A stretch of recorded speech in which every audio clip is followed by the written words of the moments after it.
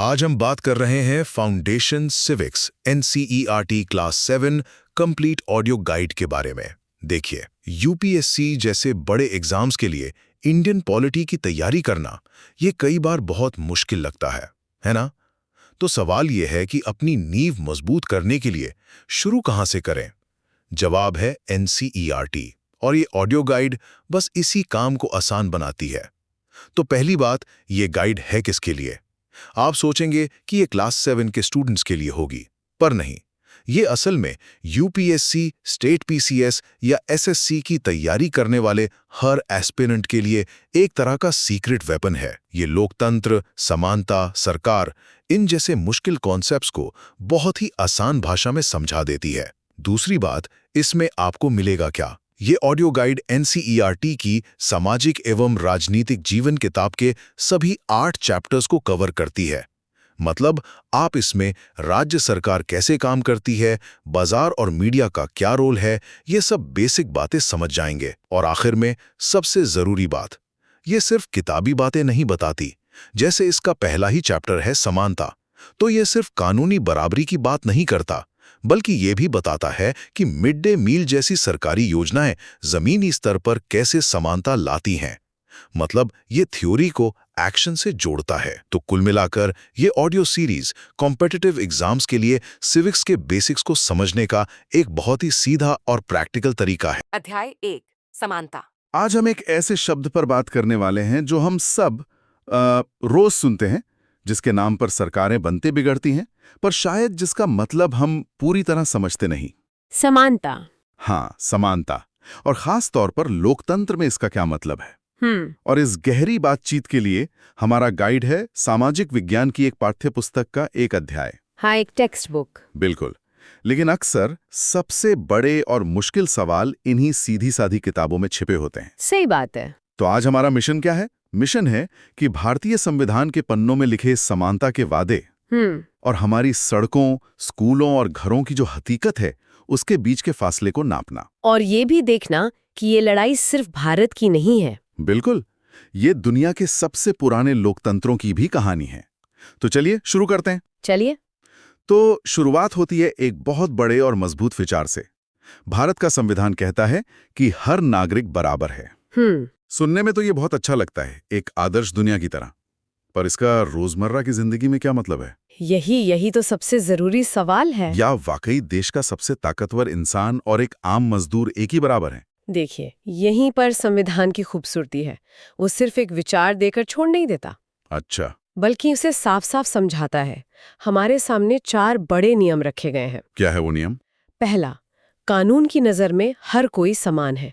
मतलब देश के राष्ट्रपति हों या मान लीजिए कांता जैसी कोई घरेलू कामगार, अगर कोई अपराध होता है तो दोनों के लिए एक ही कानून और एक ही प्रक्रिया है। ये बहुत जरूरी बात है। मतलब कानून का राज किसी व्यक्ति का नहीं। बिल्कुल। लेकिन भेदभाव तो सिर्फ कानून तोड़ने में नहीं होता, वो तो हमारे व्यवहार में होता है। सही बात है। और इसीलिए दूसरा नियम आता है, किसी भी नागरिक के साथ उसके धर्म, जाति, वंश, जन्म स्थान या फिर औरत मर्द होने के आधार पर भेदभाव नहीं किया जा सकता। और तीसरा नियम इसे और भी व्यावहारिक बनाता है। देश का हर नागरिक किसी भी दुकान, होटल, कुएं, तालाब, सड़क या पार्क का इस्तेमाल कर सकता है। उसे रोका नहीं जा सकता। हाँ। और चौथा, जो शायद सबसे क्रांतिकारी कदम था, अस्पृश्यता यानी छुआछूत को पूरी तरह से खत्म कर दिया गया। उसे पूरी तरह से गैर कानूनी बना दिया गया। जब आप ये तीसरे नियम की बात करती है ना, दुकान, होटल, कुएं, तो ये साफ हो जाता है कि संविधान लिखने वाले जानते थे कि असल भेदभाव कहाँ और कैसे होता है। बिल्कुल, वो हवा में बात नहीं कर रहे थे। इसलिए से जुड़ा संविधान का अनुच्छेद 15 है, जिसका जिक्र बार बार आता है। आपने बिल्कुल सही नस पकड़ी है। अनुच्छेद 15 इस पूरे वादे की, आप कह सकती हैं, जान है। कैसे? ये सिर्फ ये नहीं कहता कि भेदभाव मत करो, ये बहुत बारीकी से बताता है कि कहाँ कहाँ नहीं करो।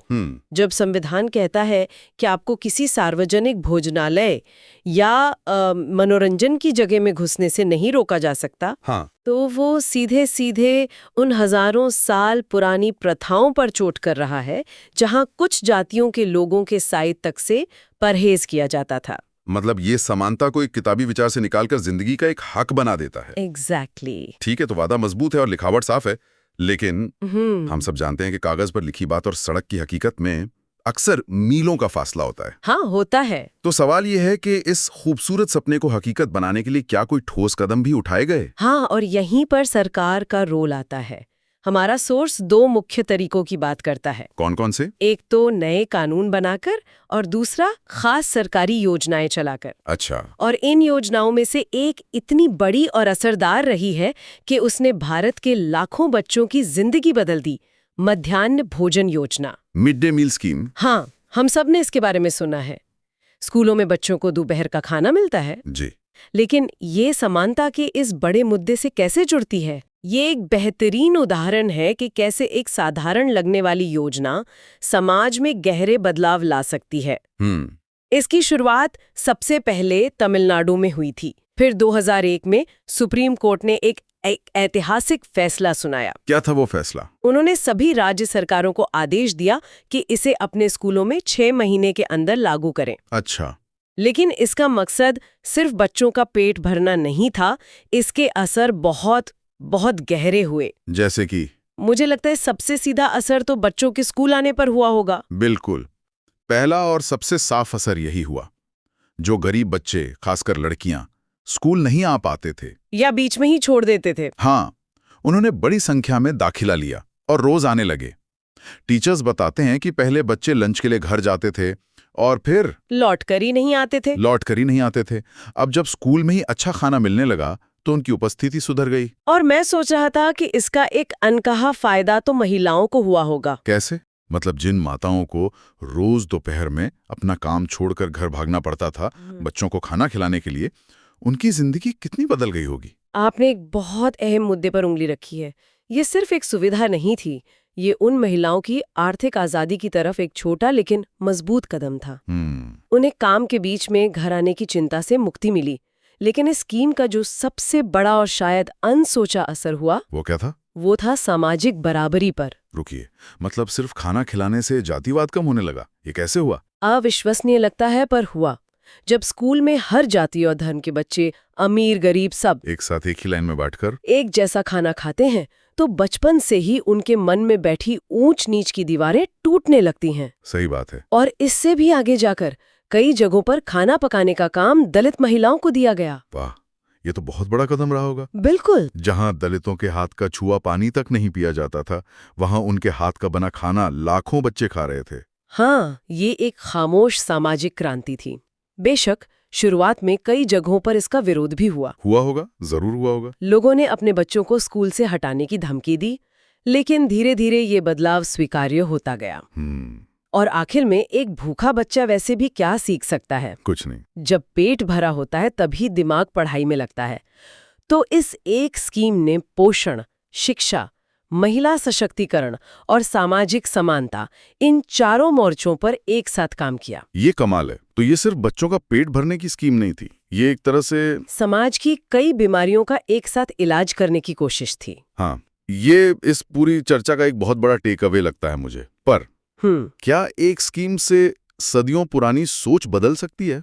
क्या आज भारत में सचमुच सब बराबर हो गए हैं? और यहीं पर कहानी का दूसरा ज्यादा मुश्किल पहलू सामने आता है। क्या है वो? जवाब है नहीं। योजनाएं और कानून अपनी जगह हैं, लेकिन जमीनी हकीकत आज भी बहुत जटिल है। सोर्स हमें याद दिलाता है कि आज भी देश में प्राइवेट स्कूलों और सरकारी स्कूलों के बीच जमीन आसमान का फर्क है। ये तो है। अमीरों के बच्चे महंगे स्कूलों में पढ़ते हैं जहां हर सुविधा है, और गरीबों के बच्चे उन सरकारी स्कूलों में जहां शायद बैठने के लिए बेंच भी ना हो। तो अवसर की समानता आज भी एक बहुत दूर का सपना है। बिल्कुल। और ये सिर्फ आर्थिक असमानता की बात नहीं है, जाति के आधार पर भेदभाव आज भी जिंदा है। हाँ, जैसे सोर्स में ओम प्रकाश वाल्मीकि का उदाहरण है। जी, जब हम उनके जैसे दलित लेखकों के अनुभव पढ़ते हैं कि कैसे उन्हें बचपन में पूरे स्कूल के सामने झाड़ू लगाने पर मजबूर किया गया था और बाकी बच्चों से अलग बिठाया जाता था, हाँ, तब इस असमानता का असली चुभने वाला चेहरा सामने आता है। तो ये एक बहुत बड़ा सवाल खड़ा करता है। जी, जब कानून भेदभाव को अपराध मानता है तो फिर ऐसा होता क्यों है? इसका जवाब कानूनों में नहीं, हमारे दिमाग में है। मतलब? सोर्स कहता है कि मुख्य कारण है लोगों का दृष्टिकोण, यानी एटीट्यूड्स, जो बहुत धीरे धीरे बदलते हैं। लोग दिमाग से जानते हैं कि भेदभाव करना गलत और गैर कानूनी है, लेकिन दिल से वो आज भी जाति, धर्म या लिंग के आधार पर किसी को खुद से कम समझने की आदत छोड़ नहीं पाए हैं। कानून समाज को एक दिशा दे सकता है, पर समाज को उस रास्ते पर चलाना लोगों का ही काम है। और ये कम समझना या बराबर ना समझना हमें इस चर्चा के सबसे गहरे हिस्से पर लाता है। गरिमा, डिग्निटी, आत्मसम्मान। हाँ, आत्मसम्मान। ये सिर्फ नियमों या अधिकारों की बात नहीं है। मुझे याद है सोर्स में 1975 की फिल्म दीवार का एक जबरदस्त उदाहरण दिया गया। वो एक बहुत ही यादगार और शक्तिशाली दृश्य है। हाँ, एक छोटा लड़का जो जूते पॉलिश करता है, उसे जब एक अमीर आदमी पैसे फेंक कर देता है तो वो उन्हें उठाने से इनकार कर देता है। हाँ, वो अपनी छोटी सी कुर्सी पर तन कर बैठता है और कहता है, मैं फेंके हुए पैसे नहीं उठाता। मुझे आज भी वो सीन याद है, अमिताभ बच्चन का वो गुस्सा। हाँ, वो सिर्फ पैसों के लिए नहीं था, वो अपने सम्मान के लिए था। बिल्कुल।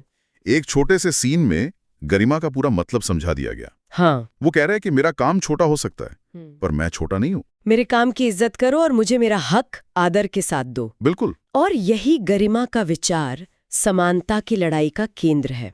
इसी बात पर डॉक्टर B.R. अम्बेडकर ने हमेशा जोर दिया।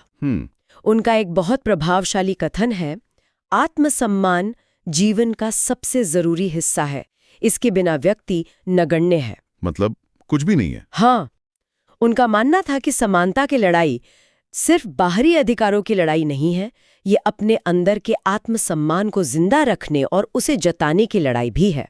तो जब कोई आपके साथ असमान व्यवहार करता है तो वो सिर्फ आपके अधिकार नहीं छीनता। तो मतलब संविधान हमें कानूनी समानता देता है, सरकार की योजनाएं हमें अवसर की समानता देने की कोशिश करती हैं, लेकिन गरिमा की समानता वो हमें खुद लड़कर कमानी पड़ती है। ये एक बहुत गहरी बात है। और ये नजरिए की, ये गरिमा की लड़ाई, ये सिर्फ भारत की तो नहीं होगी। आप बिल्कुल सही सोच रहे हैं। मुझे लगता है कि दुनिया के सबसे पुराने और सबसे अमीर लोकतंत्रों में भी यही कहानी दोहराई जाती होगी। बिल्कुल। और ये समझने के लिए हमारा सोर्स हमें भारत से हजारों मील दूर संयुक्त राज्य अमेरिका ले जाता है। अमेरिका? हाँ, अमेरिका, जो खुद को लोकतंत्र और आजादी का सबसे बड़ा प्रतीक मानता है। वहां भी समानता का संघर्ष बहुत लंबा और दर्दनाक रहा है, खासकर अफ्रीकी अमेरिकन लोगों के लिए। जी, वो लोग जिनके पूर्वजों को अफ्रीका से गुलाम बनाकर लाया गया था। सदियों की गुलामी के बाद जब उन्हें आजादी मिली भी, तब भी वे बराबर नहीं माने गए। उनके साथ हर जगह भेदभाव होता था। उनके स्कूल अलग, उनके रहने के इलाके अलग, यहाँ तक कि बसों में उनकी सीटें भी अलग होती थीं। और यहीं से एक छोटी सी घटना ने एक बहुत बड़े आंदोलन को जन्म दिया। आप रोजा पार्क्स की बात कर रहे हैं? जी। 1 दिसंबर 1955 की शाम रोजा पार्क्स, एक अफ्रीकन अमेरिकन महिला, दिन भर के काम से थकी हुई बस में बैठी थीं। तभी एक गोरा व्यक्ति बस में चढ़ा। उस समय का कानून था कि रोजा को उठकर उसे अपनी सीट देनी पड़ती। लेकिन उन्होंने ऐसा नहीं किया। नहीं, उस दिन उस एक पल में उन्होंने इनकार कर दिया। उन्होंने कहा नहीं। एक छोटा सा शब्द नहीं। नहीं, लेकिन इसका असर बहुत बड़ा हुआ। बहुत बड़ा। उनके उस एक इनकार ने एक चिंगारी लगा दी। और फिर अफ्रीकी अमेरिकन समुदाय ने बसों का बहिष्कार कर दिया और एक विशाल आंदोलन शुरू हो गया, जिसे हम आज नागरिक अधिकार आंदोलन यानी सिविल राइट्स मूवमेंट के नाम से जानते हैं।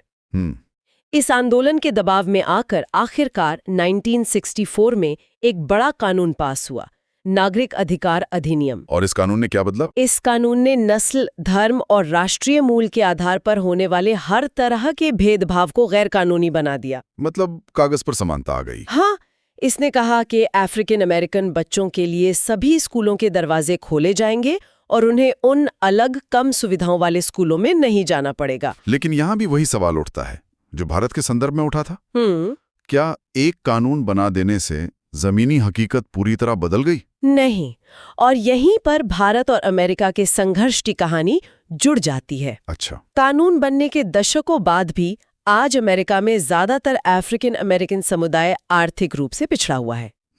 उनके बच्चे आज भी अक्सर ऐसे सरकारी स्कूलों में पढ़ते हैं जहां सुविधाएं कम और शिक्षक कम योग्य हैं। जबकि ज्यादातर गोरे विद्यार्थी या तो महंगे प्राइवेट स्कूलों में जाते हैं या उन अमीर इलाकों में रहते हैं जहां के सरकारी स्कूल भी शानदार होते हैं। बिल्कुल। कानून ने दरवाजा तो खोल दिया, पर उस दरवाजे के अंदर की दुनिया आज भी सबके लिए बराबर नहीं है।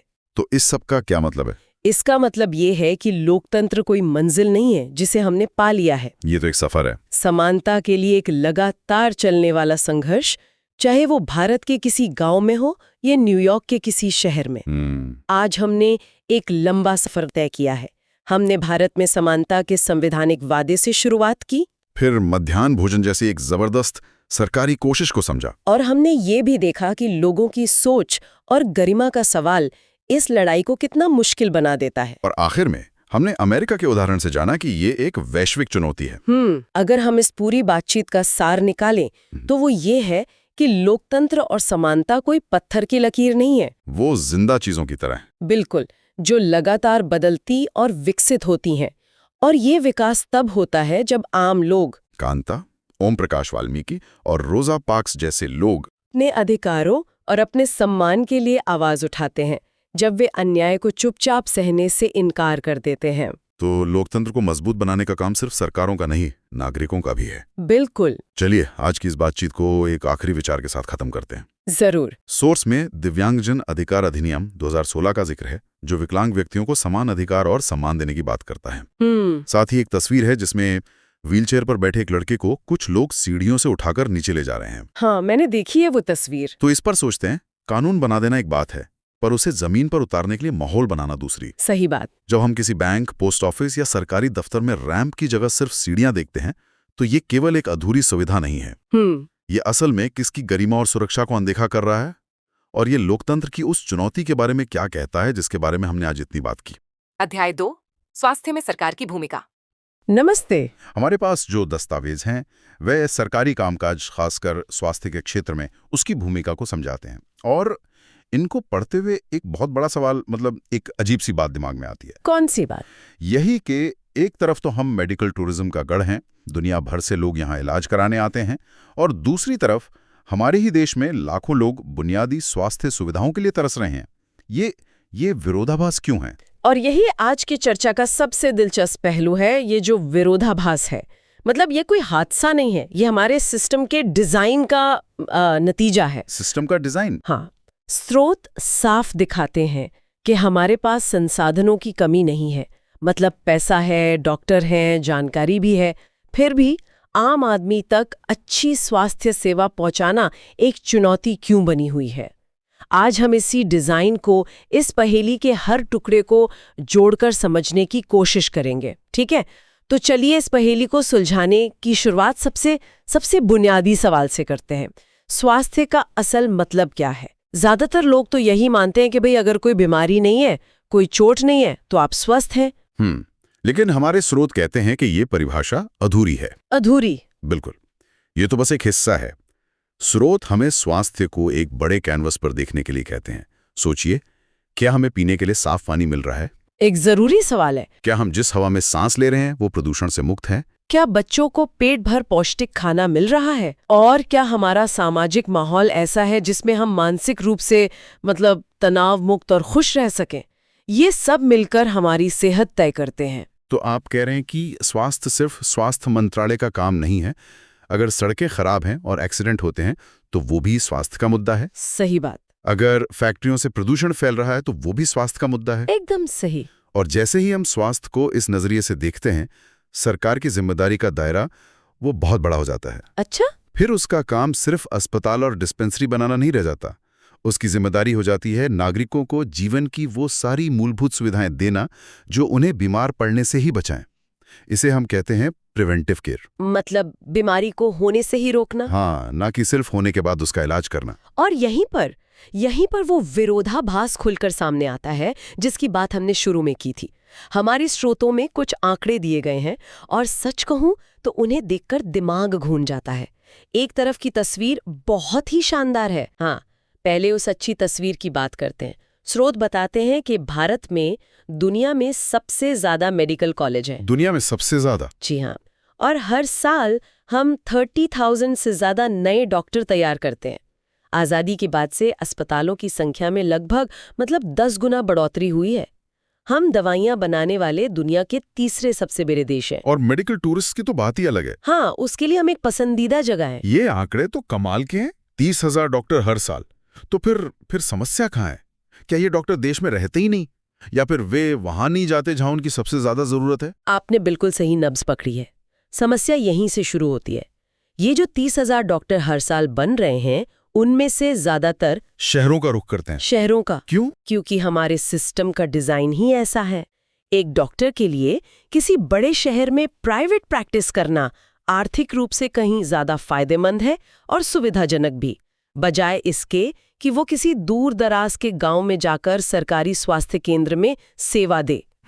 एक तरह की मार्केट फेलियर है, जहां बाजार उन लोगों की जरूरत पूरी नहीं कर पा रहा जिन्हें मदद की सबसे ज्यादा जरूरत है। और इसी वजह से कहानी का दूसरा पहलू वो इतना डरावना लगता है। स्रोत के मुताबिक ग्रामीण इलाकों में आबादी के हिसाब से डॉक्टर बहुत कम हैं। लोगों को एक छोटे से इलाज के लिए भी मीलों का सफर तय करके शहर जाना पड़ता है। सिर्फ यही नहीं, हम आज भी उन बीमारियों से जूझ रहे हैं जिन्हें काफी पहले खत्म हो जाना चाहिए था। हर साल लगभग 5 लाख लोग टीबी से मर जाते हैं। 5 लाख? हाँ, और मलेरिया के 20 लाख मामले हर साल सामने आते हैं, और ये आंकड़े सालों से कम नहीं हो रहे। ये क्या दिखाता है? यही कि हमारा पब्लिक हेल्थ सिस्टम, हाँ, हमारा पब्लिक हेल्थ इंफ्रास्ट्रक्चर यानी सार्वजनिक स्वास्थ्य का ढांचा इन बीमारियों को रोकने में नाकाम हो रहा है। और स्रोत एक और चौंकाने वाली बात बताते हैं। हमारे देश में 21% बीमारियां सिर्फ गंदे पानी की वजह से होती हैं। हैजा, टाइफॉइड, हेपेटाइटिस। सोचिए, सिर्फ पानी की वजह से। और सबसे दुखद आंकड़ा यह है कि देश के आधे बच्चों को पेट भर खाना नहीं मिलता और वे कुपोषण के शिकार हैं। तो एक तरफ हम दुनिया को दवाइयां बेच रहे हैं और दूसरी तरफ अपने बच्चों को पौष्टिक भोजन तक नहीं दे पा रहे। तो अब तस्वीर साफ हो जाती है। समस्या क्षमता की नहीं है, समस्या वितरण की है। ज्ञान, पैसा और विशेषज्ञता वो कुछ जगहों पर सिमट कर रह गई है, जबकि एक बड़ी आबादी इन सबसे महरूम है। और ये खाई, ये हमें सार्वजनिक और निजी स्वास्थ्य सेवाओं के बीच सबसे ज्यादा दिखाई देती है। इस खाई को समझने के लिए हमारे स्रोत में अमन और रंजन की एक कहानी दी गई है। ये कहानी इस पूरी स्थिति को बहुत अच्छे से समझाती है। अच्छा। अमन और रंजन दोस्त हैं। रंजन एक अमीर परिवार से है, जबकि अमन के माता पिता बड़ी मुश्किल से गुजारा करते हैं। और होता यह कि दोनों को एक साथ वायरल बुखार हो जाता है। और यहीं से दोनों की दुनिया बिल्कुल अलग हो जाती है। हाँ, रंजन के पिता उसे शहर के एक बड़े चमचमाते प्राइवेट अस्पताल ले जाते हैं। रंजन बताता है कि वो जगह वो किसी 5 स्टार होटल जैसी थी। बिल्कुल साफ सुथरी, बढ़िया रिसेप्शन। डॉक्टर को दिखाने से पहले ही 500 रुपए की फीस लग गई। स्टाफ का बर्ताव बहुत अच्छा था। डॉक्टर ने आते ही कई सारे टेस्ट लिख दिए, खून की जांच, यूरिन टेस्ट और भी न जाने क्या क्या। सब कुछ बहुत जल्दी और आराम से हो गया, लेकिन अंत में बिल हजारों में आया। ये निजी स्वास्थ्य सेवा का क्लासिक मॉडल है। यहाँ मरीज एक ग्राहक है, आपको अच्छी सर्विस मिलेगी लेकिन उसकी कीमत भी चुकानी होगी। और ये sector fee for service model पर चलता है। फी फॉर सर्विस मतलब अस्पताल जितने ज्यादा टेस्ट, जितनी ज्यादा प्रक्रियाएं करेगा, उतनी ही उसकी कमाई होगी। इससे कई बार गैर जरूरी इलाजों को भी बढ़ावा मिलता है। अच्छा, अब अमन की कहानी पर आते हैं। उसके अब्बा उसे पास के सरकारी अस्पताल ले जाते हैं। वहां गेट से ही लंबी लाइन शुरू हो जाती है। ओपीडी काउंटर पर घंटों का इंतजार, हर तरफ भीड़, शोर और बेचैनी का माहौल। डॉक्टर मरीजों से घिरे हुए हैं। वो अमन को देखते हैं, कुछ जरूरी सवाल पूछते हैं और खून की जांच कराने को कहते हैं। जांच की रिपोर्ट के लिए 3 दिन बाद आने को कहा जाता है। यहाँ इंतजार और असुविधा है, लेकिन इसके पीछे का कारण भी समझना जरूरी है। सार्वजनिक क्षेत्र का बजट सीमित होता है।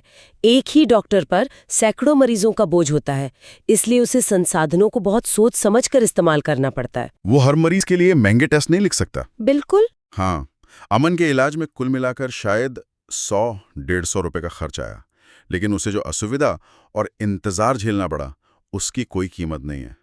तो रंजन का आराम और अमन का इंतजार, ये दोनों एक ही सिस्टम के दो चेहरे हैं। और ये सिर्फ सुविधा का सवाल नहीं है, ये अधिकार का सवाल है। हमारे संविधान का जीवन का अधिकार सिर्फ जिंदा रहने का अधिकार नहीं है, बल्कि सम्मान के साथ जीने का अधिकार है, जिसमें स्वास्थ्य का अधिकार भी शामिल है। हाँ, ये तो है। सुप्रीम कोर्ट ने भी कई बार कहा है कि सरकार का ये प्राथमिक कर्तव्य है कि वो सभी को, खासकर गरीबों को, जरूरी स्वास्थ्य सेवाएं मुफ्त या बहुत कम कीमत पर उपलब्ध कराए। अमन का घंटों लाइन में लगना एक तरह से उसके इसी अधिकार का हनन है। लेकिन हकीकत में तो इसका उल्टा हो रहा है। स्रोत बताते हैं कि देश में निजी स्वास्थ्य सेवाएं तेजी से बढ़ रही हैं, जबकि सार्वजनिक सेवाएं या तो वैसी हैं या उनकी हालत और खराब हो रही है। और इसका सबसे बुरा असर गरीबों पर पड़ रहा है। एक आंकड़ा है जो मुझे सबसे ज्यादा परेशान कर रहा है। कौन सा? स्रोत के मुताबिक अस्पताल में भर्ती होने वाले 40% लोग इलाज का खर्च उठाने के लिए या तो कर्ज लेते हैं या अपनी जमीन जायदाद बेचते हैं। 40%? 40%, ये तो बहुत बड़ा आंकड़ा है। इसका मतलब है कि हर 10 में से 4 परिवार एक बीमारी की वजह से गरीबी में या और गहरी गरीबी में धंस जाते हैं। ये तो स्वास्थ्य का संकट कम आर्थिक संकट ज्यादा लगता है। ये एक दुष्चक्र है। गरीब लोग खराब रहन सहन, कुपोषण और साफ सफाई की कमी के कारण ज्यादा बीमार पड़ते हैं, और जब वे बीमार पड़ते हैं तो इलाज का खर्च उन्हें आर्थिक रूप से तोड़ देता है, जिससे उनकी स्थिति और खराब हो जाती है। ये एक ऐसा जाल है जिससे बाहर निकलना लगभग नामुमकिन हो जाता है। और ये सिर्फ आर्थिक रूप से कमजोर लोगों की बात नहीं है। स्रोत बताते हैं कि महिलाओं और आदिवासी क्षेत्रों में रहने वाले लोगों के लिए स्थिति और भी बदतर है। हाँ, ये भी एक बड़ा मुद्दा है। कहीं परिवारों में आज भी महिलाओं की सेहत को प्राथमिकता नहीं दी जाती। उनकी छोटी मोटी बीमारियों को तब तक नज़रअंदाज किया जाता है जब तक वो गंभीर न हो जाएं। और आदिवासी इलाकों में तो मीलों तक कोई स्वास्थ्य केंद्र ही नहीं होता। इसी संदर्भ में निजी क्षेत्र की भूमिका पर भी सवाल उठता है। मुनाफा कमाने की होड़ में कई बार नैतिक मूल्यों को ताक पर रख दिया जाता है। स्रोत इंडियन मेडिकल काउंसिल की नैतिक संहिता का जिक्र करते हैं, जो डॉक्टरों को सलाह देती है कि वे महंगी ब्रांडेड दवाओं की जगह सस्ती जेनेरिक दवाएं लिखें। एक मिनट, ये जेनेरिक दवाएं क्या होती हैं? क्या ये ब्रांडेड दवाओं जितनी ही असरदार होती हैं? और ये इतनी सस्ती क्यों होती हैं? ये बहुत जरूरी सवाल है जो कई लोगों के मन में आता होगा। बहुत अच्छा सवाल है। देखिए, जब कोई कंपनी एक नई दवा बनाती है तो उसे कुछ सालों के लिए उस दवा का पेटेंट मिलता है। उस दौरान कोई और कंपनी वो दवा नहीं बना सकती। अच्छा। कंपनी रिसर्च और मार्केटिंग पर हुए अपने खर्च को वसूलने के लिए दवा को महंगा बेचती है। ये हो गई ब्रांडेड दवा। जब पेटेंट खत्म हो जाता है तो कोई भी कंपनी उस दवा के फॉर्मूला यानी उसके जेनेरिक नाम से उसे बना सकती है। चूंकि इन कंपनियों को रिसर्च पर खर्च नहीं करना पड़ता, इसलिए वे उसी दवा को बहुत सस्ते में बेच पाती हैं। तो असर और क्वालिटी में कोई फर्क नहीं होता? बिल्कुल नहीं। जेनेरिक दवा का असर और क्वालिटी बिल्कुल ब्रांडेड दवा जैसी ही होती है, बस कीमत बहुत कम होती है। लेकिन ज्यादा मुनाफे के चक्कर में अक्सर महंगी दवाएं ही लिखी जाती हैं। ये तो बहुत जरूरी जानकारी है। तो अब तक की बातचीत से ये तस्वीर काफी निराशाजनक लगती है। इतने सारे आंकड़े, इतनी सारी समस्याएं। क्या हमारे स्रोत हमें कोई उम्मीद की किरण भी दिखाते हैं? क्या कहीं कुछ सही भी हो रहा है? हाँ, और यही इस विश्लेषण का सबसे अहम हिस्सा है। समस्याएं गिनाना आसान है, लेकिन समाधान ढूंढना जरूरी है। और हमारे स्रोत दो बहुत ही शक्तिशाली उदाहरण देते हैं। एक भारत के ही केरल राज्य का और दूसरा मध्य अमेरिका के एक छोटे से देश कोस्टा रिका का। केरल मॉडल, इसके बारे में तो मैंने भी सुना है। कहा जाता है कि वहां के स्वास्थ्य सूचकांक कई विकसित देशों के बराबर हैं। उन्होंने ऐसा क्या किया जो बाकी राज्य नहीं कर पाए? कोई जादू नहीं है, बल्कि एक बहुत ही साहसिक और जमीनी फैसला है। 1996 में केरल सरकार ने एक बड़ा बदलाव किया।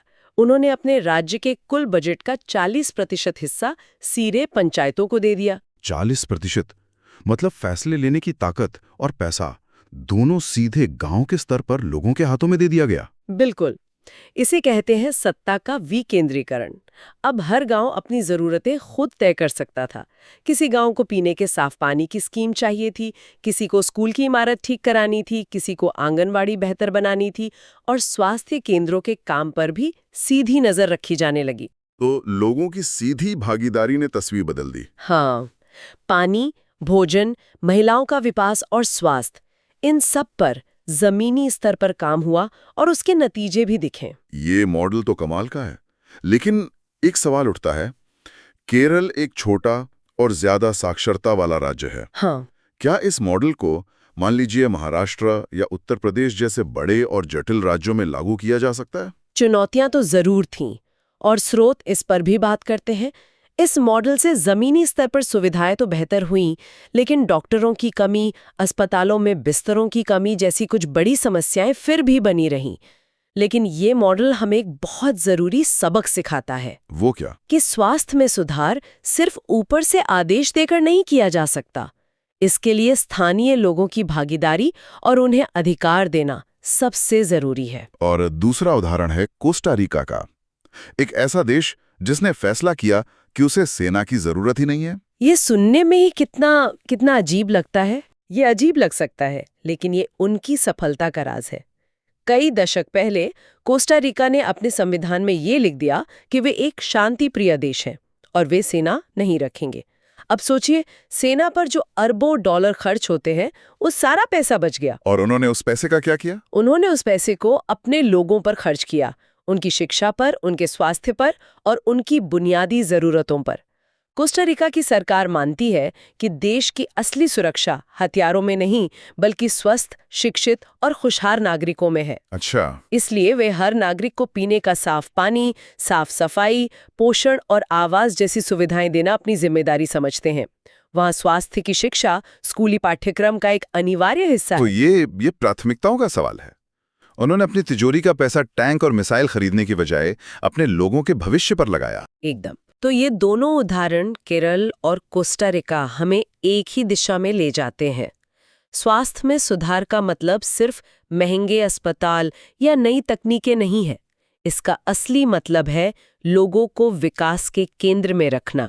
बिल्कुल। चाहे वो केरल का विकेंद्रीकरण हो या कोस्टा रिका का अपनी प्राथमिकताओं को बदलना, दोनों का सार यही है कि स्वास्थ्य एक सामूहिक जिम्मेदारी है, सिर्फ डॉक्टरों का काम नहीं। तो आज की इस गहरी पड़ताल से जो बातें निकल कर आई हैं, वो साफ हैं। पहली, स्वास्थ्य का मतलब सिर्फ बीमारी का न होना नहीं, बल्कि एक संपूर्ण शारीरिक, मानसिक और सामाजिक कल्याण है। दूसरी, भारत की स्वास्थ्य प्रणाली एक विरोधाभास में जी रही है, जहां बेहतरीन क्षमता के बावजूद आम आदमी तक सुविधाएं नहीं पहुंच रहीं। सही। और तीसरी, इस खाई को पाटने के लिए हमें केरल और कोस्टा रिका जैसे मॉडलों से सीखना होगा, जो स्वास्थ्य को एक अलग थलग विषय नहीं, बल्कि विकास का केंद्र मानते हैं। और अंत में मैं सुनने वालों के लिए एक सवाल छोड़ना चाहूंगी। स्रोत में ये साफ बताया गया है कि सिर्फ पीने के पानी और साफ सफाई की व्यवस्था सुधार कर हम 21% बीमारियों को रोक सकते हैं। 21%? जी। तो ये हमें सोचने पर मजबूर करता है। क्या स्वास्थ्य का असली समाधान बड़े बड़े सुपर स्पेशलिटी अस्पतालों में है, या फिर हमारे अपने मोहल्ले के पानी की टंकी, हमारे स्कूल में मिलने वाले मिड डे मील और हमारे आसपास के प्रदूषण के स्तर में छिपा है? और अगर समाधान इन बुनियादी चीज़ों में है, तो एक नागरिक के तौर पर हम अपनी सरकार को ज़्यादा जवाबदेह बनाने के लिए क्या भूमिका निभा सकते हैं? अध्याय 3, राज्य शासन कैसे काम करता है।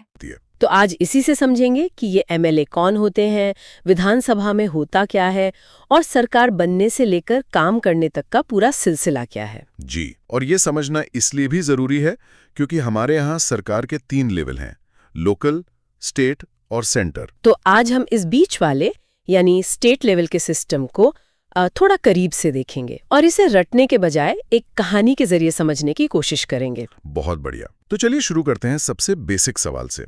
ये शब्द जो हम हमेशा सुनते हैं, विधायक या एमएलए, इसका असल मतलब क्या है? देखिए, एमएलए का पूरा नाम है मेंबर ऑफ लेजिस्लेटिव असेंबली। आप ऐसे समझिए कि हर राज्य को कई छोटे छोटे हिस्सों में बांट दिया जाता है। इन्हें कहते हैं निर्वाचन क्षेत्र। अच्छा। हर क्षेत्र के लोग वोट देकर अपना एक प्रतिनिधि चुनते हैं और वही प्रतिनिधि विधानसभा में जाकर उस पूरे इलाके की आवाज बनता है और वही कहलाता है विधायक। अच्छा, तो ये हमारे इलाके के चुने हुए नुमाइंदे हैं। तो फिर ये सब मिलकर सरकार कैसे बनाते हैं? मतलब क्या हर जीता हुआ एमएलए सरकार का हिस्सा होता है? नहीं, यहीं पर बहुमत का सारा खेल शुरू होता है। जिस एक राजनीतिक पार्टी के आधे से ज्यादा विधायक जीत जाते हैं, तो माना जाता है कि उस दल को बहुमत मिल गया। यही पार्टी सत्ता पक्ष बनकर सरकार बनाती है। और जो बाकी बच गए, वो सब विपक्ष में बैठते हैं। इसका कोई असल जिंदगी का उदाहरण दे सकती है? हाँ, किताब में हिमाचल प्रदेश का बहुत अच्छा उदाहरण है। वहाँ 68 विधानसभा क्षेत्र हैं। तो सरकार बनाने के लिए जादुई आंकड़ा क्या हुआ? 35। आधे से एक ज्यादा? बिल्कुल। तो 2017 के चुनाव में भारतीय जनता पार्टी को 44 सीटें मिली, तो उन्होंने आराम से सरकार बना ली और इंडियन नेशनल कांग्रेस 21 सीटों के साथ मुख्य विपक्ष बनी। और इसमें मजे की बात यह है कि जब ये बहुमत का आंकड़ा 44 की जगह सिर्फ 36 या 37 होता है ना, तो सरकार को हर फैसले पर बहुत फूंक कर कदम रखना पड़ता है। सही बात है। तब तो अपनी ही पार्टी के एमएलएस की नाराजगी भी भारी पड़ सकती है। बिल्कुल। तो ठीक है, सरकार बन गई, मुख्यमंत्री भी चुन लिए गए, लेकिन असली सवाल तो ये है कि ये सरकार काम कैसे करती है। मुझे लगता है वो पातालपुरम वाली कहानियां एकदम सही बैठेगी। आपने बिल्कुल सही नब्ज पकड़ी है। पातालपुरम में क्या हुआ कि पानी की कमी और गंदगी से हैजा फैल गया। हालात इतने बिगड़े कि गुस्साई भीड़ ने स्थानीय विधायक के घर का घेराव कर दिया। तो लोग विधायक के पास तो गए, लेकिन एक अकेला विधायक पूरी स्वास्थ्य व्यवस्था को कैसे ठीक कर सकता है? उसकी आवाज ऊपर तक पहुंचती कैसे है? जोरदार बहस हुई। एक विधायक ने बताया कि उनके क्षेत्र में हैजे से 15 मौतें हो चुकी हैं, तो दूसरे ने सरकारी अस्पतालों के बुरे हाल पर सरकार को घेरा। मतलब सवाल पूछे गए। हाँ, कड़े सवाल। किसी ने पूछा कि पानी के टैंकर कहाँ हैं, ORS के पैकेट क्यों नहीं बंट रहे। लेकिन अक्सर हम टीवी पर विधानसभा में सिर्फ हंगामा ही देखते हैं। क्या वाकई इन बहसों से कोई नतीजा भी निकलता है? सवाल बहुत वाजिब है। देखिए, हंगामा अपनी जगह है, लेकिन लोकतंत्र में यही बहस, यही सवाल जवाब सरकार पर दबाव बनाने का सबसे बड़ा हथियार है। जब सत्ता पक्ष के मंत्री जवाब देते हैं तो वो सिर्फ विधानसभा को नहीं बल्कि मीडिया के जरिए पूरे राज्य को जवाब दे रहे होते हैं। वो अपनी जिम्मेदारी से भाग नहीं सकते। और एक तरह से सभी विधायक, चाहे पक्ष के हों या विपक्ष के, वो सामूहिक रूप से सरकार के काम के लिए जिम्मेदार होते हैं। तो पातालपुरम वाले मामले में इस बहस का क्या नतीजा निकला फिर? असर फौरन हुआ। बहस के ठीक बाद स्वास्थ्य मंत्री ने एक प्रेस कॉन्फ्रेंस बुलाई। सरकार ने क्या क्या कदम उठाए हैं इसकी पूरी जानकारी दी। इतना ही नहीं, मुख्यमंत्री खुद पातालपुरम के दौरे पर गए, पीड़ित परिवारों के लिए मुआवजे का ऐलान किया और पानी सफाई की जांच के लिए एक हाई लेवल कमेटी बनाने का वादा भी किया। अरे वाह, मतलब विधानसभा में उठी आवाज का असर सीधे जमीन पर दिखाई दिया। बिल्कुल, यही तो सरकार की जवाबदेही है। ये दिखाता है कि जो कार्यपालिका है, मतलब मुख्यमंत्री और उनके मंत्री, वो विधायिका यानी सभी विधायकों के प्रति जवाबदेह हैं, और यही राज्य स्तर पर लोकतंत्र की बुनियाद है। तो आज की बातचीत को अगर हम समेटें तो सार ये है कि विधायक जनता की आवाज होते हैं। बहुमत से सरकार बनती है और विधानसभा वो मंच है जहां बहस के जरिए सरकार को काम करने और जवाब देने पर मजबूर किया जाता है। एकदम सटीक। और ये पूरा सिस्टम आपस में कैसे जुड़ा है, ये समझना ही सबसे जरूरी है। आज की चर्चा के बाद सोचने के लिए एक सवाल छोड़ जाते हैं। ये व्यवस्था सैद्धांतिक रूप से, मतलब कागज पर तो बहुत मजबूत दिखती है, लेकिन असल जिंदगी में वो कौन से कारण हो सकते हैं जो एक विधायक की अपने क्षेत्र की समस्याओं को विधानसभा में उठाने और उनका हल करवाने की क्षमता पर असर डालते होंगे? अध्याय 4, लड़के और लड़कियों के रूप में बड़ा होना। तो हमारे दिमाग में लड़के और लड़कियों के काम को लेकर मतलब कुछ पक्की धारणाएं होती हैं, है ना? हाँ। जैसे कुछ काम सिर्फ लड़कों के लिए है, कुछ सिर्फ लड़कियों के लिए। आज जरा इसी सोच की तह तक चलते हैं। हमारे पास कुछ ऐसी कहानियां और तथ्य हैं जो शायद इन धारणाओं को मतलब पूरी तरह हिला देंगी। हाँ, और कमाल की बात यह है कि हम समय और भूगोल दोनों में सफर करेंगे। 1920 के सामोआ द्वीप से लेकर 1960 के दशक के मध्य प्रदेश तक, और आज के भारत के घरों की भी बात करेंगे। मकसद साफ है, ये समझना कि ये भूमिकाएं बनती कैसे हैं और क्यों अक्सर महिलाओं के काम को मतलब कम आंका जाता है। अच्छा, तो जब हम कहते हैं कि कोई लड़का है या लड़की, तो ये सिर्फ बायोलॉजी की बात नहीं है। ये एक तरह की कहानी है जो समाज हमें बचपन से सुनाता है। बिल्कुल यही बात है। ये समाज के बनाए हुए नियम हैं, उम्मीदें हैं, और ये हर जगह एक जैसे नहीं होते। जैसे 1920 के दशक के सामोआ द्वीप को ही देखिए। वहां बच्चे स्कूल नहीं जाते थे। 5 साल के होते ही बड़े बच्चे अपने छोटे भाई बहनों की देखभाल करने लगते थे, और 9 साल की उम्र तक पहुंचते पहुंचते लड़के मछली पकड़ना और नारियल के पेड़ लगाना जैसे बाहरी काम सीख जाते थे। एक मिनट, तो फिर लड़कियां क्या करती थीं?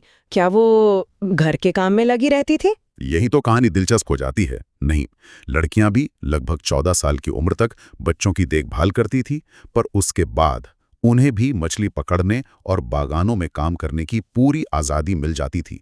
और सबसे हैरान करने वाली बात, खाना पकाने जैसा जरूरी काम ज्यादातर लड़के करते थे, लड़कियां बस उनकी मदद करती थी। लड़के सच में लड़के खाना पका रहे थे। ये तो हमारी आज की सोच से बिल्कुल उल्टा है। समोआ का ये उदाहरण तो वाकई दिमाग हिला देता है। पर क्या कहानी हमेशा इतनी अलग होती है? चलिए, ज्यादा दूर नहीं, अपने ही देश में 1960 के मध्य प्रदेश चलते हैं। वहां मंजर बिल्कुल अलग था, है ना? हाँ, बिल्कुल अलग। वहाँ कक्षा 6 के बाद लड़के और लड़कियों के स्कूल ही अलग हो जाते थे। लड़कियों का स्कूल एक बंद आंगन के साथ बनाया गया था, मतलब जहां वो बाहरी दुनिया से सुरक्षित रहें। वहीं लड़कों के स्कूल में खेलने के लिए एक बड़ा खुला मैदान था, और जगह का ये बंटवारा उनकी आदतों में भी दिखता था। मतलब स्कूल के बाद भी? हाँ, लड़कियां झुंड बनाकर, थोड़ा सहम कर सीधे घर की तरफ चलती थी। उनके लिए सड़क सिर्फ घर पहुंचने का एक रास्ता थी। दूसरी तरफ लड़के, वो सड़कों पर साइकिल चलाते, खेलते और आजादी से घूमते थे। उनके लिए सड़क एक मौज मस्ती की जगह थी। ये अंतर दिखाता है कि कैसे समाज सिर्फ काम ही नहीं बल्कि जगहों को भी बांट देता है, लिंग के आधार पर। बिल्कुल। मेरी माँ काम नहीं करती नाम की एक कॉमिक कहानी है जो इस बात को बहुत चुभने वाले तरीके से बताती है। हाँ, उस कहानी में जसप्रीत एक गृहिणी है। उनका परिवार उन्हें बहुत प्यार करता है, लेकिन कोई ये नहीं मानता कि वो काम करती हैं। जब वो एक दिन की हड़ताल पर चली जाती हैं, तो पूरे घर का सिस्टम ढह जाता है। ना बच्चों का नाश्ता बनता है, ना वो स्कूल के लिए तैयार हो पाते हैं। ये तो आज भी हजारों घरों की कहानी लगती है ना? और ये तो फिर भी अपने घर की बात है। उन घरेलू कामगारों का सोचिए जो दूसरों के घरों में काम करती हैं। मेलानी का अनुभव तो और भी तकलीफदेह है। सुबह 5 बजे से देर रात तक खटना और बदले में सम्मान भी नहीं।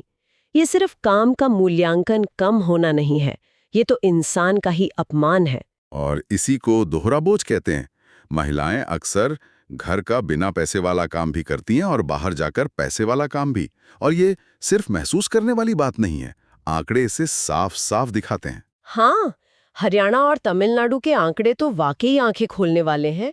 हरियाणा में महिलाएं हर हफ्ते औसतन 30 घंटे घर का काम करती हैं और पुरुष सिर्फ 2 घंटे। सिर्फ 2।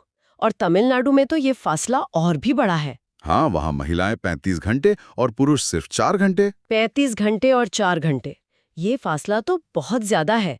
ये दिखाता है कि कुल मिलाकर महिलाएं पुरुषों से कितना ज्यादा काम कर रही हैं। अच्छी बात यह है कि सरकार इस असमानता को समझ रही है। गांव में आंगनवाड़ी और बालवाड़ियां इसी दिशा में एक कदम हैं। और एक कानून भी तो है ना, कि अगर किसी संस्था में 30 से ज्यादा महिला कर्मचारी हैं तो उन्हें क्रैश यानी बच्चों की देखभाल की सुविधा देनी होगी। इससे महिलाओं को बाहर काम करने में मदद मिलती है और बड़ी लड़कियों को भी अपनी पढ़ाई नहीं छोड़नी पड़ती। तो हमने जो देखा उससे एक बात साफ है, जिसे हम लड़कों का काम या लड़कियों का काम कहते हैं, वो पत्थर की लकीर नहीं है।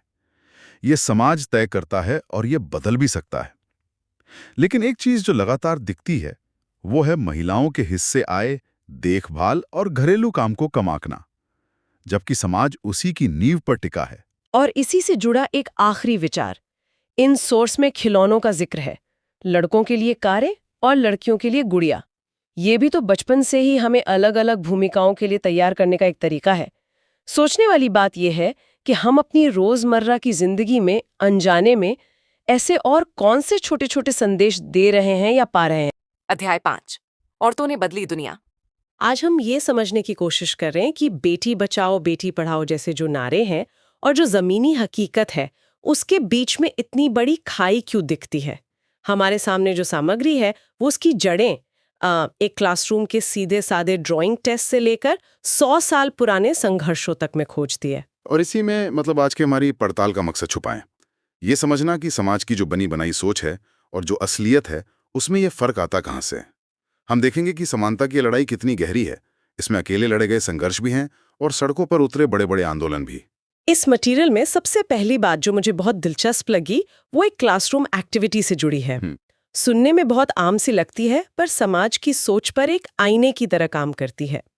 बच्चों से कहा गया कि वो एक किसान, एक पायलट और एक नर्स का चित्र बनाएं। बिल्कुल। और यहाँ पे सबसे चौंकाने वाली बात यह है कि ये जो चित्र हैं ये हकीकत से कोसों दूर हैं। आंकड़े बताते हैं कि भारत में 83.6%, 83.6%, हाँ, 83.6% कामकाजी महिलाएं खेतों में काम करती हैं, पौधे रोपने से लेकर फसल काटने तक। लेकिन जब हम किसान सोचते हैं तो हमारे दिमाग में एक पुरुष की तस्वीर उभरती है। ये दिखाता है कि ये रूढ़िवादी सोच कितनी गहरी बैठी हुई है। ये आंकड़ा तो सच में हैरान करने वाला है। मतलब हमारे खाने की थाली उन महिलाओं की मेहनत से आती है जिनकी हम किसान के रूप में कल्पना तक नहीं करते। हाँ। तो इस मटेरियल में क्या ये बताया गया है कि ये गलतफहमी इतनी गहरी क्यों है? इसकी जड़ें बहुत पुरानी हैं, जहां कामों को आप कह सकते हैं लिंग के आधार पर बांट दिया गया था। और इन धारणाओं को तोड़ने की लड़ाई भी उतनी ही पुरानी है, खासकर शिक्षा के क्षेत्र में। जैसे 19वीं सदी में राजसुंदरी देवी की कहानी। हाँ, मैंने भी पढ़ा उनके बारे में। उन्होंने रसोई में छिप छिप कर पढ़ना सीखा था, क्योंकि तब माना जाता था कि पढ़ी लिखी औरत विधवा हो जाती है। बाद में उन्होंने ही किसी भारतीय महिला द्वारा लिखी पहली आत्मकथा अमार जीवन लिखी। और कमाल की बात यह है कि उन्होंने ये सब तब किया जब छपाई और किताबें आम नहीं थीं। ये आज के दौर में इंटरनेट से कुछ सीखने से कहीं ज़्यादा मुश्किल रहा होगा, है ना? ये दिखाता है कि सीखने की जो इच्छा है वो कितनी मजबूत हो सकती है। सही बात है। और अगर हम इसे बड़ी तस्वीर से जोड़कर देखें तो ये सिर्फ व्यक्तिगत कहानियां नहीं थीं, ये आने वाली पीढ़ियों के लिए रास्ते बना रही थीं। जैसे रुकैया सखावत हुसैन ने 1905 में सुल्ताना का सपना नाम की एक कहानी में लेडी लैंड की कल्पना की। अच्छा, जहां औरतें हवाई कारें उड़ा रही थी। हाँ, बिल्कुल। या फिर पंडिता रमाबाई, जिन्होंने पुणे के पास विधवाओं और गरीब औरतों को आत्मनिर्भर बनाने के लिए एक मिशन शुरू किया। इन सब ने मिलकर शिक्षा के दरवाजे खटखटाए। राजसुंदरी देवी और रुकैया हुसैन की कहानियां तो 100 साल से भी ज्यादा पुरानी है। इतने संघर्ष के बाद क्या वो दरवाजे वाकई पूरी तरह खुल गए हैं? अगर हम आज के आंकड़े देखें तो तस्वीर क्या कहती है? तस्वीर बदली जरूर है, लेकिन अभी भी पूरी तरह साफ नहीं है। 2011 की जनगणना के हिसाब से पुरुषों की साक्षरता दर 82% थी, जबकि महिलाओं की सिर्फ 65%। सिर्फ 65%? काफी बड़ा अंतर है। हाँ, ये फासला आज भी कायम है। और ये सिर्फ एक नंबर नहीं है, ये करोड़ों छूटे हुए अवसरों की कहानी है। सही कहा। और इसमें एक और गहरी परत है। जैसा कि हमारे सोर्स बताते हैं, दलित, आदिवासी और मुस्लिम समुदायों की लड़कियों में स्कूल छोड़ने की दर और भी ज्यादा है। वजहें कई हैं, गरीबी, आसपास अच्छे स्कूलों की कमी और सामाजिक भेदभाव भी। मतलब लड़ाई आज भी जारी है। बिल्कुल। और ये बदलाव सिर्फ अकेले अकेले नहीं आए। इसकी सबसे बड़ी ताकत रहा है महिला आंदोलन। जब बहुत सारी औरतें एक साथ अपनी आवाज उठाती हैं तो बदलाव आता है। इन आंदोलनों ने जागरूकता फैलाने, भेदभाव को चुनौती देने और न्याय की मांग करने के लिए रैलियों से लेकर अभियानों तक हर तरीका अपनाया। और इन आंदोलनों का असर भी साफ दिखता है ना? हाँ, बिल्कुल। इन्हीं अभियानों का नतीजा था कि 1980 के दशक में जब दहेज हत्याओं के खिलाफ जोरदार आवाज उठी तो दहेज से जुड़े कानूनों को सख्त बनाया गया। इसी तरह लगातार चले अभियानों के कारण 2006 में घरेलू हिंसा से सुरक्षा का कानून बना। और 1997 में सुप्रीम कोर्ट ने जो कार्यस्थल पर यौन उत्पीड़न को रोकने के लिए दिशा निर्देश जारी किए थे, वो भी शायद इसी का हिस्सा था। एकदम सही, वो भी एक बहुत बड़ा कदम था। तो जो बात साफ निकल कर आती है वो ये है कि बदलाव सिर्फ कानून बनाने से नहीं आता। बदलाव तब शुरू होता है जब कोई एक व्यक्ति, चाहे वो राजसुंदरी देवी हो या कोई आंदोलनकारी, समाज की नॉर्मल मानी जाने वाली बात पर सवाल उठाता है। और यहीं पर एक विचार करने वाली बात सामने आती है। सरकारें बेटी बचाओ बेटी पढ़ाओ जैसे अभियान चला रही हैं, कानून भी बन चुके हैं, लेकिन जब तक हमारे बच्चों के दिमाग में किसान का मतलब पुरुष और नर्स का मतलब महिला वाली तस्वीरें बनती रहेंगी, तब तक जमीनी स्तर पर सच्ची समानता आएगी कैसे? असली लड़ाई शायद कानून की किताबों में नहीं, बल्कि हमारे दिमाग में बसी इन्हीं तस्वीरों से है। अध्याय 6 संचार माध्यमों को समझना। मीडिया या संचार माध्यम। हम रोज टीवी देखते हैं, अखबार पढ़ते हैं, इंटरनेट पर कुछ न कुछ देखते रहते हैं, लेकिन क्या हमने कभी ये सोचा है कि हम तक जो खबर पहुंच रही है वो असल में किसकी है? आज हमारे हाथ जो स्रोत लगे हैं उनके आधार पर हम इसी की एक गहन पड़ताल करने वाले हैं। हम ये देखेंगे कि क्या मीडिया वाकई आजाद है या फिर इसकी डोर किसी और के हाथ में है। ये एक बहुत बहुत बड़ा सवाल है, और इस कहानी का जो पहला सुराग है वो है तकनीक। तकनीक? हाँ, तकनीक।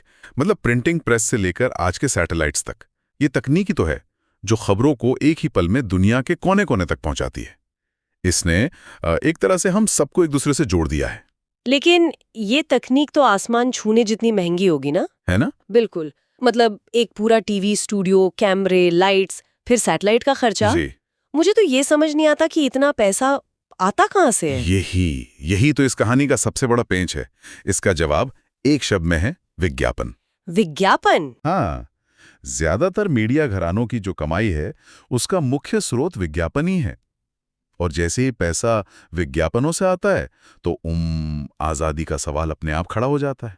मतलब अगर कोई कंपनी किसी चैनल को करोड़ों रुपए के विज्ञापन दे रही है, तो क्या वो चैनल उसी कंपनी के खिलाफ कोई खबर दिखाएगा? ये तो मुश्किल लगता है। बिल्कुल। इसी व्यावसायिक निर्भरता की वजह से मीडिया को पूरी तरह स्वतंत्र मानना मुश्किल हो जाता है। वो अक्सर उन मुद्दों पर चुप रहना पसंद करते हैं जिनसे उनके विज्ञापनदाताओं को नाराजगी हो सकती है। ये बात सुनने में तो सही लगती है, लेकिन असल दुनिया में इसका क्या मतलब है? स्रोतों में एक बड़ा दिलचस्प मामला सामने आता है जो इसी सवाल से जुड़ा है। एक ही घटना है, एक कारखाने के बाहर विरोध प्रदर्शन, लेकिन दो अखबार इसे बिल्कुल अलग तरह से दिखाते हैं। हाँ, ये बहुत अच्छा उदाहरण है। पहला अखबार है न्यूज़ ऑफ इंडिया। उसकी हेडलाइन है, प्रदूषण फैलाने वाले कारखानों पर वज्रपात।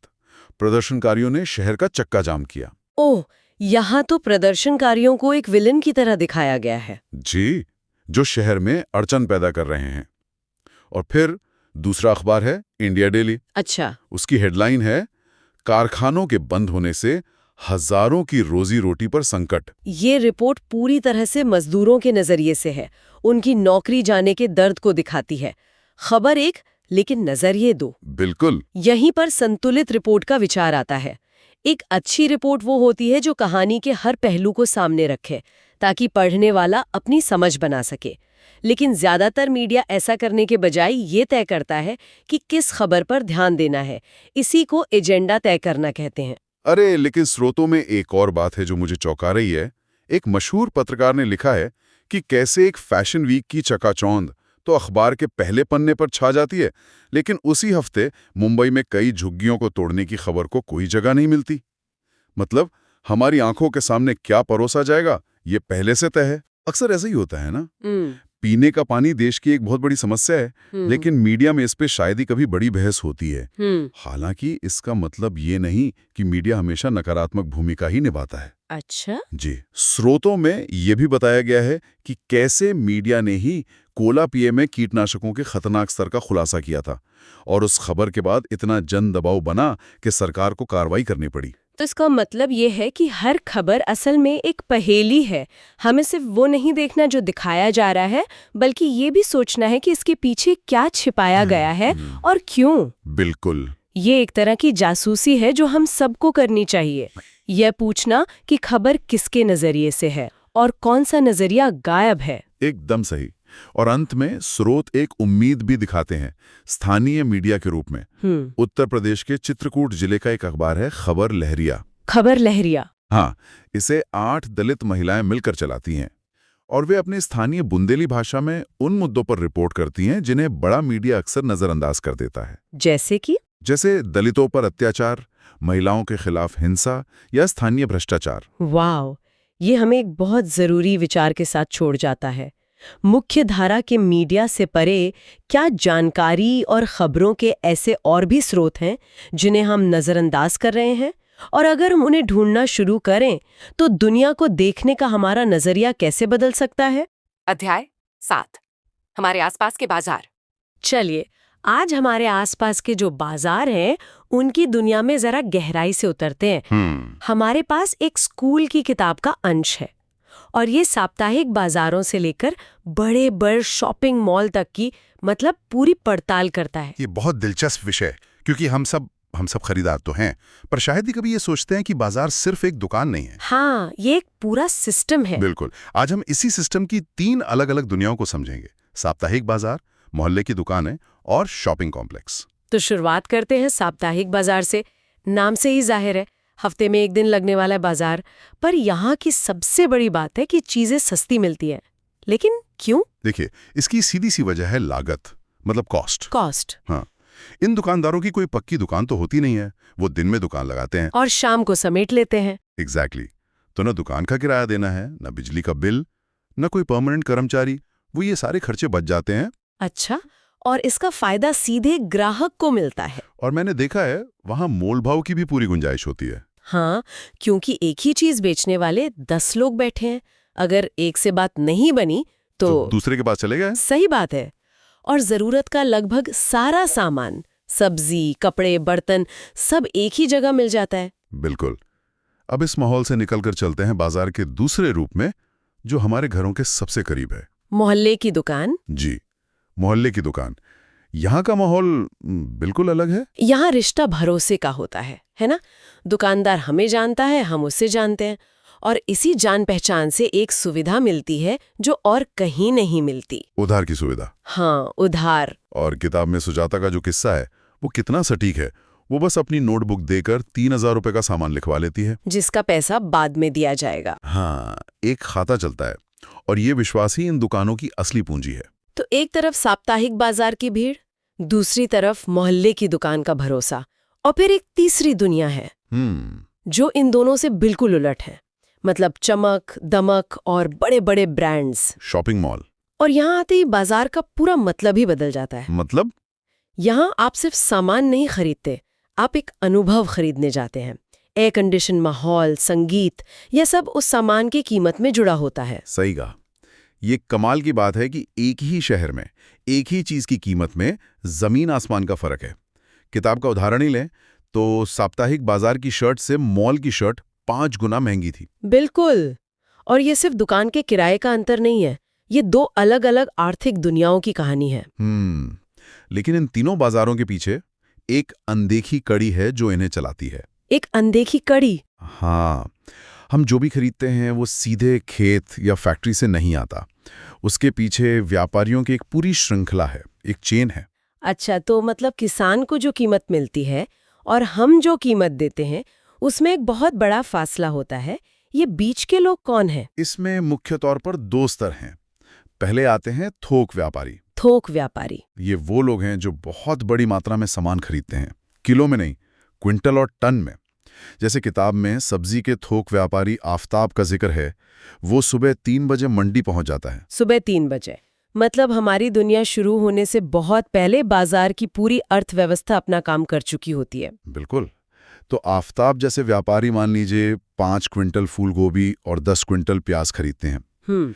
फिर ये इस सामान को छोटे छोटे दुकानदारों को बेचते हैं, जिन्हें हम खुदरा व्यापारी या रिटेलर कहते हैं। और यही रिटेलर हमें साप्ताहिक बाजार या मोहल्ले की दुकान में सामान बेचते हुए मिलते हैं। जी, तो ये एक पूरी चेन है जो उत्पादक से शुरू होकर हम तक पहुंचती है, और हर कड़ी पर थोड़ा थोड़ा मुनाफा जुड़ता जाता है। तो बाजार सिर्फ लेन देन की जगह नहीं है, ये हमारी आर्थिक हकीकत का आईना भी है। सही कहा।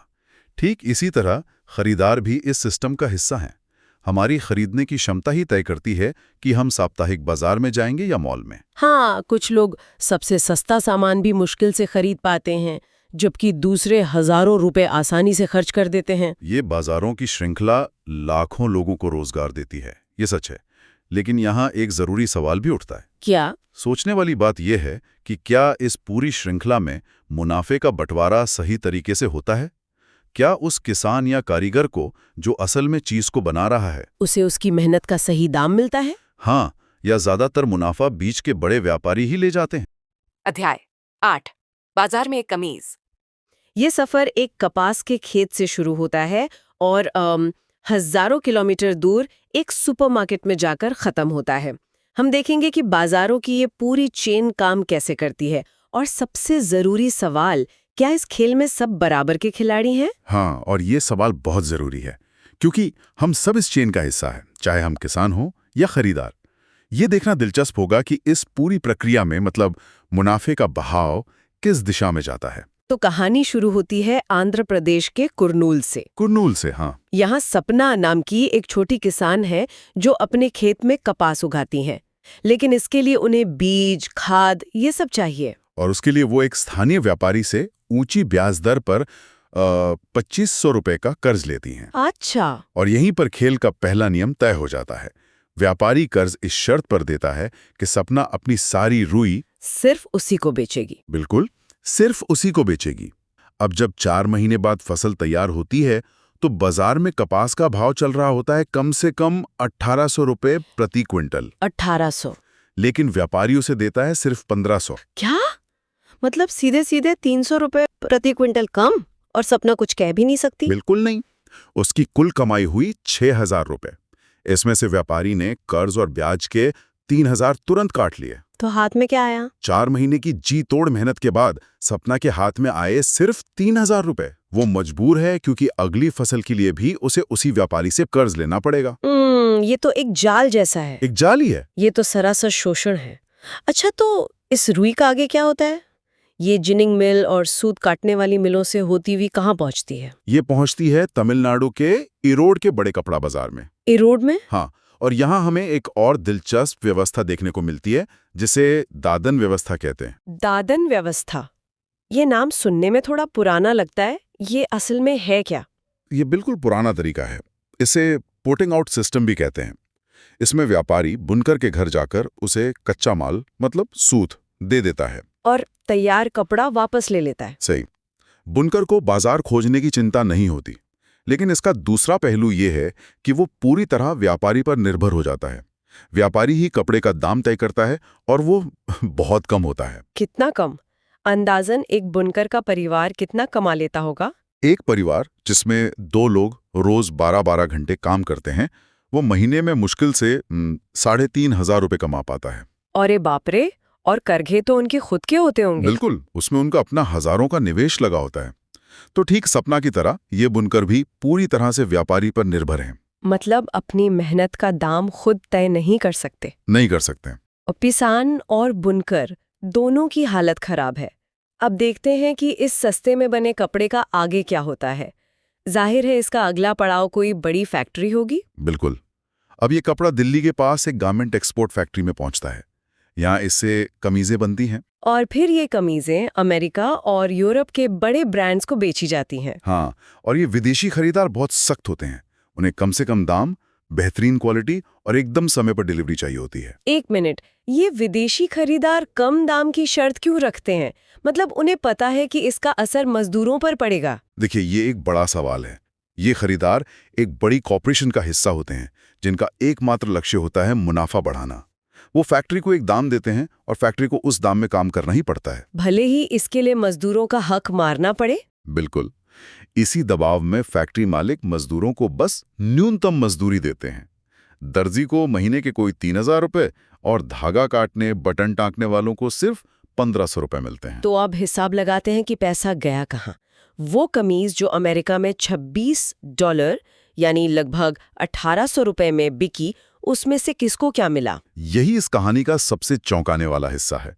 उस 1800 रुपए की कमीज में से अमेरिकी व्यवसायी यानी ब्रांड मालिक को मिलता है 900 रुपए का सीधा मुनाफा। 900 रुपए? आधा पैसा तो सीधे उसी का पास चला गया। जी, 900।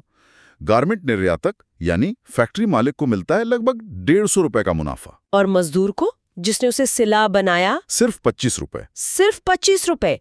और सपना, जिसने कपास उगाई थी, उसके हिस्से तो कुछ रुपए ही आए होंगे। ये तो अविश्वसनीय है। बिल्कुल। तो यहाँ बाजार का एक अजीब विरोधाभास दिखता है। जिसने सबसे ज्यादा मेहनत और जोखिम उठाया, जैसे सपना, उसे सबसे कम हिस्सा मिला, और जिसने सिर्फ ब्रांडिंग और मार्केटिंग की, उसे मुनाफे का सबसे बड़ा हिस्सा मिला। ये पूरी चेन मुनाफा ऊपर की तरफ खींचने के लिए ही बनी है। सही बात है। तो एक कमीज का सफर हमें दिखाता है कि बाजार सबको जोड़ता तो है, लेकिन फायदे का बंटवारा बहुत ही असमान है। किसान से लेकर मजदूर तक हर कोई बस किसी तरह गुजारा कर रहा है, जबकि असली मलाई कोई और खा रहा है। हाँ। और ये हमें एक जरूरी सवाल पर लाकर छोड़ता है। जब हम एक ग्राहक के तौर पर बाजार में सस्ती से सस्ती चीजें मांगते हैं, तो क्या हम अनजाने में इसी शोषण की चेन को मजबूत कर रहे हैं? सोचने वाली बात है। और क्या सहकारी संस्थाएं या मजबूत कानून इस खाई को पाट सकते हैं ताकि हर किसी को उसकी मेहनत का सही दाम मिल सके?